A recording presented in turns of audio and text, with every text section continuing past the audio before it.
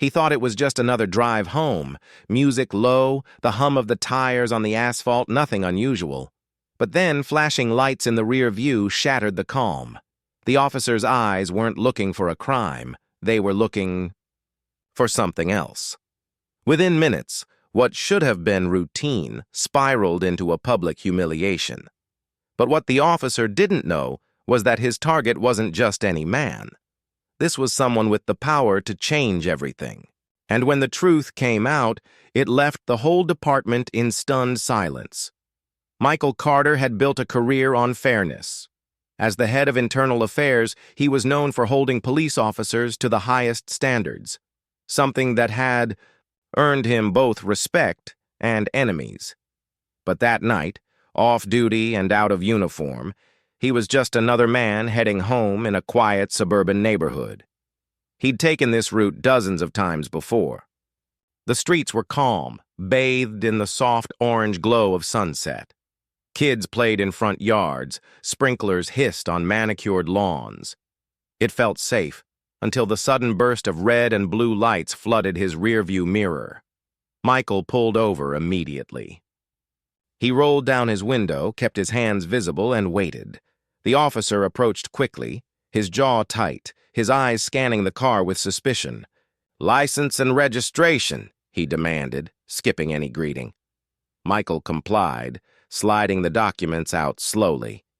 But the officer barely glanced at them before asking the question that made Michael's stomach knot. "What are you doing? In this neighborhood?" The tone wasn't curious. It was accusatory.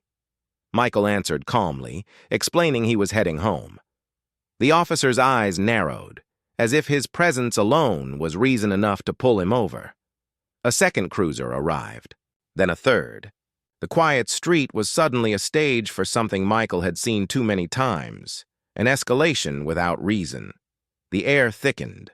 Michael could feel the shift as the officers positioned themselves, one at his window, another circling the car, a third leaning against the hood as if marking territory.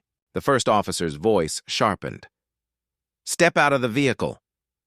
Michael hesitated for just a fraction of a second.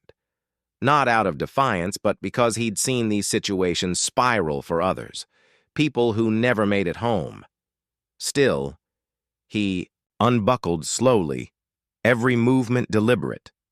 Once outside, the street felt smaller, the ring of uniforms tighter.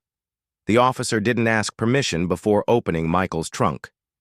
A bag was pulled out, unzipped, and its contents, folders, official-looking papers, a laptop, were dumped onto the hood, tools of his trade scattered like evidence in a crime that didn't exist.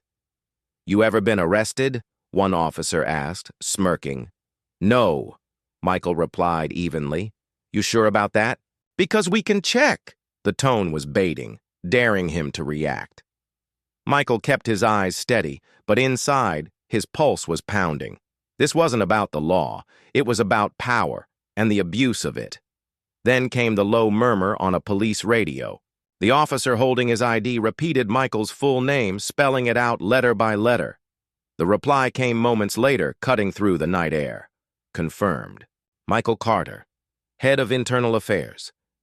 The effect was instant. The smirk disappeared.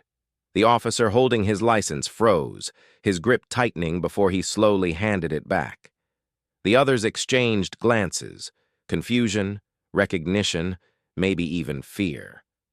They knew exactly who he was now. Michael stepped forward, closing the space between him and the man who'd initiated the stop. "You treat everyone like this?" His voice was low, but it carried. "Or just the ones who look like me?" The officer's eyes darted to the gathering crowd, neighbors filming, voices murmuring. The power dynamic had flipped, but the damage had already been done. Michael didn't yell. He didn't need to. The silence said everything. He held his badge up, the gold catching the streetlights. The crowd could see it. The officers could see it. And in that moment, they all understood. The man they'd tried to intimidate was the one who investigated them. For a long beat, no one moved. The air was heavy with the unspoken truth. Michael drove away that night under the same lights that had pulled him over. But he wasn't the same. The fear, the humiliation, the sense of being one wrong breath away from disaster, it lingered. And he knew the only reason he'd walked away without handcuffs or worse was because of a title and a badge. The video from that night spread online within hours. Some viewers were outraged, others defended the officers. But for those who had lived similar encounters without a position of power to shield them, the footage was painfully familiar. This wasn't about one man, one officer, or one neighborhood. It was about a system that could turn an innocent drive into a life-threatening situation based solely on skin color. And it raised a question Michael couldn't shake. If this happened to the head of internal affairs, what happens to the people? With no authority, no badge, and no witnesses?